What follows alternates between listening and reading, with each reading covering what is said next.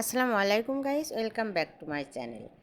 আজকে আমি পাউরুটি ডিপ ফ্রাই করে একটা রেসিপি করেছি। চলুন রেসিপিটি দেখে আসি।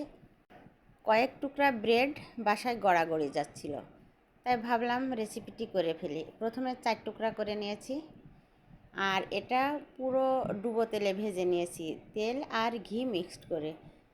এটা ডিপ ফ্রাই করেছি। ডিপ ফ্রাই করার পরে এটা আমি 250 গ্রাম দুধ আর কনডেন্সড মিল্ক দিয়ে আর দিয়েছি কর্নফ্লাওয়ার। আপনারা এখানে কাস্টার্ড পাউডারও দিতে পারেন, আমি এখানে কর্নফ্লাওয়ার দিয়ে করেছি।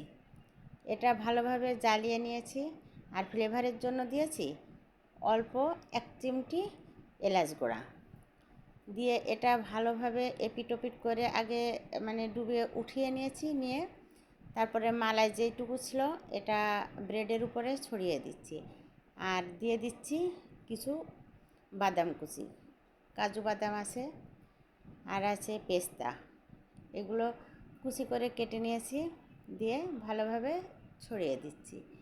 এটা খেতে অসাধারণ।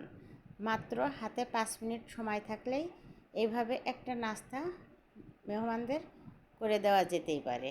এটা করতে কোনো কষ্টও নাই, টাইমও লাগে না। ইউটিউব থেকে যারা দেখবেন তারা প্লিজ আমার সাবস্ক্রাইব করে পাশে থাকবেন, আর ফেসবুক থেকে যারা দেখবেন লাইক, কমেন্ট, শেয়ার। আল্লাহ হাফেজ।